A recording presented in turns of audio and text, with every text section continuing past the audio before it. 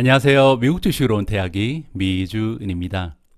기분 좋게 일요일 오전 보내고 계시리라고 믿습니다. 일요일 아침에는 왠지 모르게 마음이 좀 차분해지고요. 편안한 마음이 들게 되는데 여러분들도 그런 기분이 드시는지 궁금합니다. 오늘 여러분들께 보내드리는 방송은요. 마이크로소프트에 관한 내용입니다. 오늘 방송은 크게 두 부분으로 나뉘는데요. 첫 번째 파트에서는 마이크로소프트의 CEO자 회장님이시죠. 사띠아 나델라의 인터뷰 영상을 준비했습니다. 마이크로소프트는요, 지난 6월 25일 날 윈도우 10의 다음 버전인 윈도우 11을 공개했는데요. 윈도우 10이 나왔던 것이 2015년이니까요, 약 6년 만에 신제품이 나오게 된 셈입니다. 현재 MS 윈도우는 전 세계 PC 중에서 약 78% 정도가 사용하고 있다고 하니까요, 참 지구상 최대 컴퓨터의 운영 체계라고 할 수가 있죠. 따라서 이번 소식은 정말 많은 사람들의 관심을 받고 있습니다.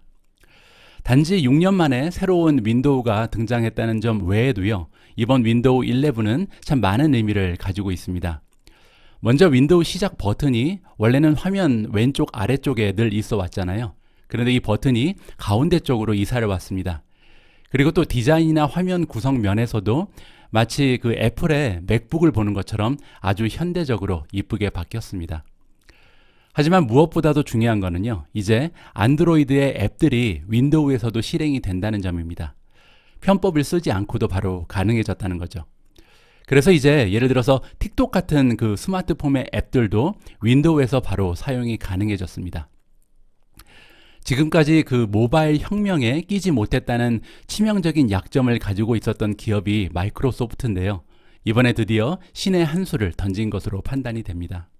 제가 일일이 하나하나 설명드리는 것보다요, 마이크로소프트의 제2전성기를 만들어 나가고 있는 능력자 사띠아 나델라의 설명을 직접 한번 들어보시죠. 저의 개인적인 의견은요, 첫 번째 영상 끝나고 나서 여러분들과 한번 공유해 보도록 하겠습니다. 자, 이렇게 6년 만에 찾아온 새로운 모습의 윈도우 11, 바로 시작합니다.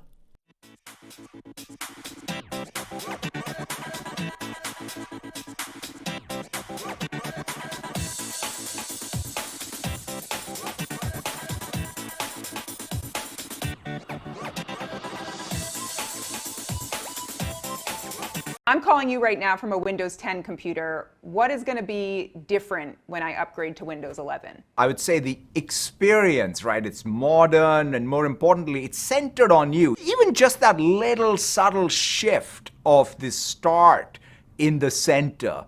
Centered around you. There it is, from the king of Microsoft himself. In Windows 11, the company's next big operating system due out later this year, the Start button moves to the bottom center. But that cosmetic change actually has deeper meaning.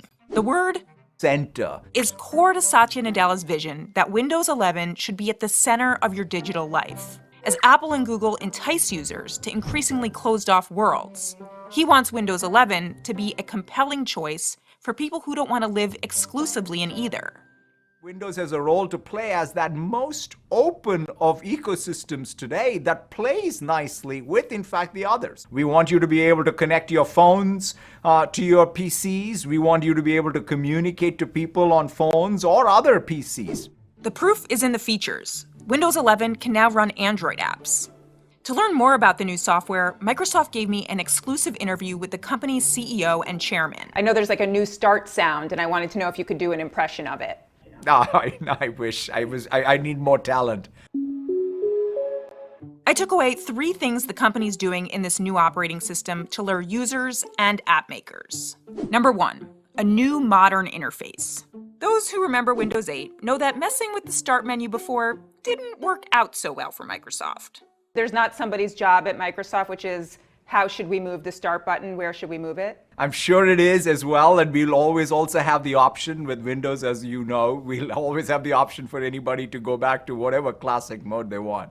But the placement is only part of the fresh start. Click the button itself and you get your apps, but also cloud-connected recommendations of what you might need next. The design system of Windows is about you getting to your apps, your files, the people you want to connect with faster, with less friction. There are lots of other interface and design changes. This button on the taskbar brings up a widget screen where you can view all sorts of news and quick glance information. Hover on the Maximize Window button, and you get a tool to help you place multiple windows side by side. These screenshots provided by Microsoft were taken on pre-release software, and the features are not final.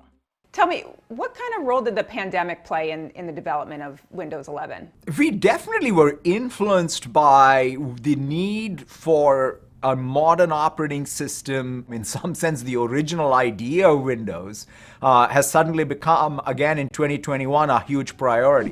One of those pandemic-driven features, a universal mute button that lives in the system tray, so you don't always have to go digging in whatever video calling app to mute yourself. I'm very into it. The second thing, a new store with Android apps. We are going to welcome all apps across even all the different application platforms in Windows itself, right? It can be a PWP or a web app, it can be a native app, and we're going to support Android as first class as well. All right, tech translation. Up until now, the Microsoft Store was just for certain kinds of Windows apps. Now it will be open for any Windows app. But the real headline? Microsoft is partnering with Amazon's Android App Store. Tell me a little bit about what you're doing with the Microsoft Store on Windows 10, and specifically there, what you're doing with Amazon. In fact, you can go to our store, search, find an Android application, and then you'll be linked into the Amazon store, and you can use the Amazon store apps as if they're Windows apps, and all of the windowing will work.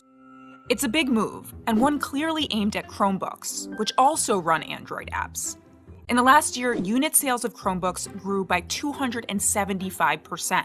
Windows 11 will also enable more Windows apps to run on new laptops and desktops powered by ARM mobile chips from Qualcomm.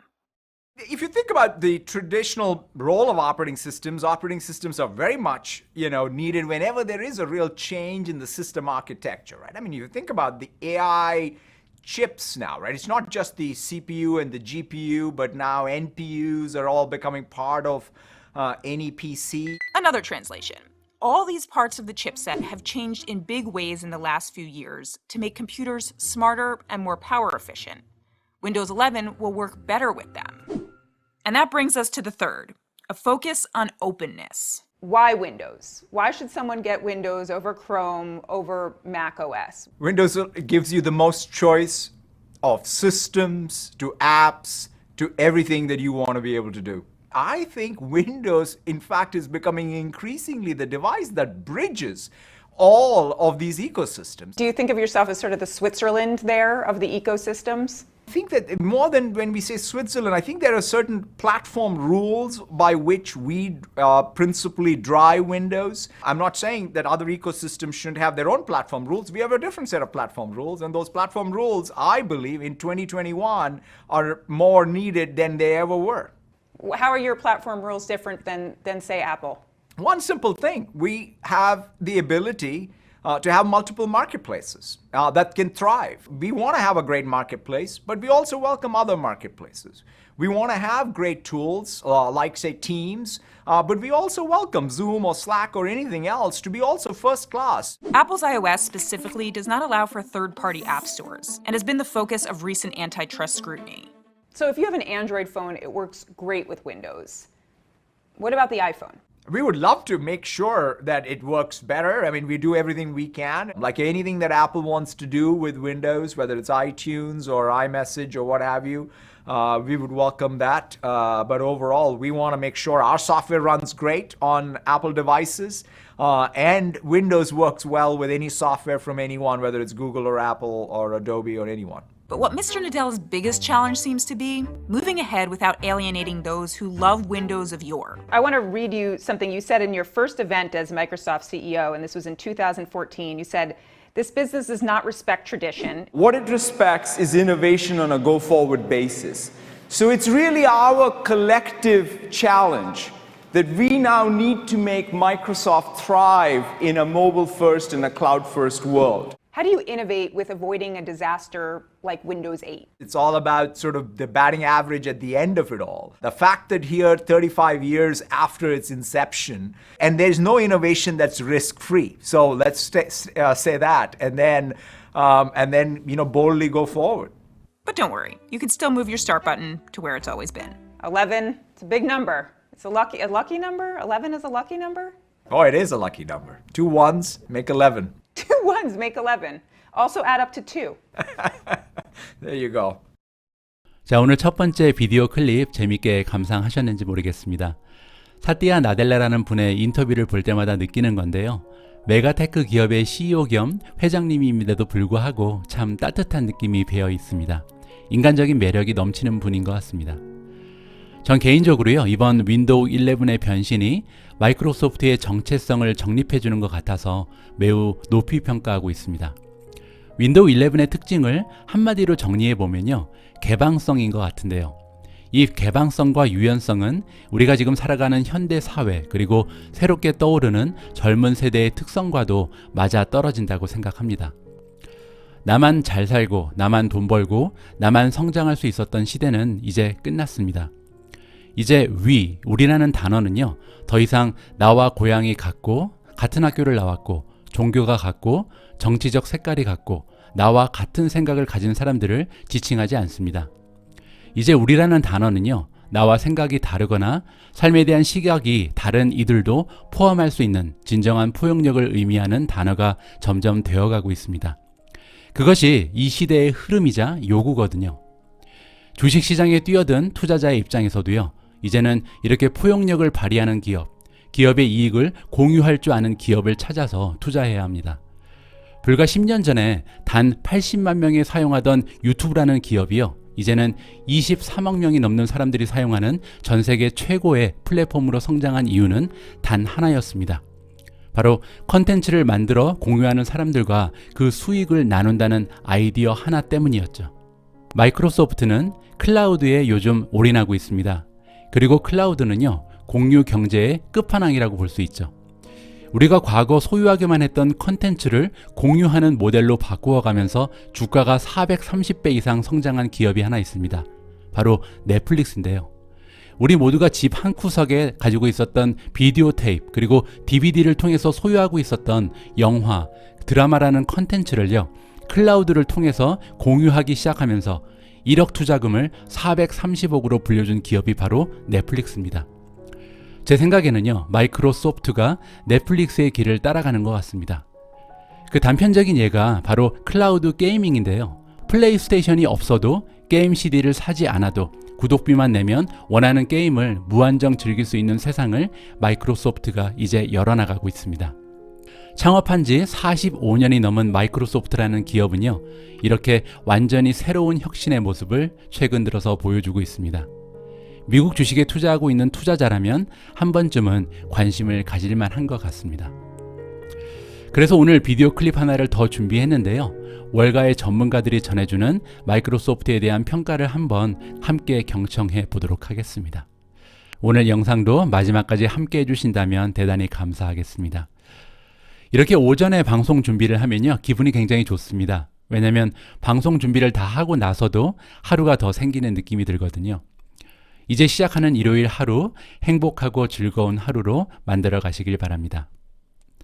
우리 모두가 미국 주식 투자로 은퇴하는 그날까지 다 함께 화이팅입니다. 행복한 하루 되세요. 감사합니다. Dan Ives, let me just start with a comment from you sort of on Apple's performance after it crossed the $2 trillion mark. This was last August.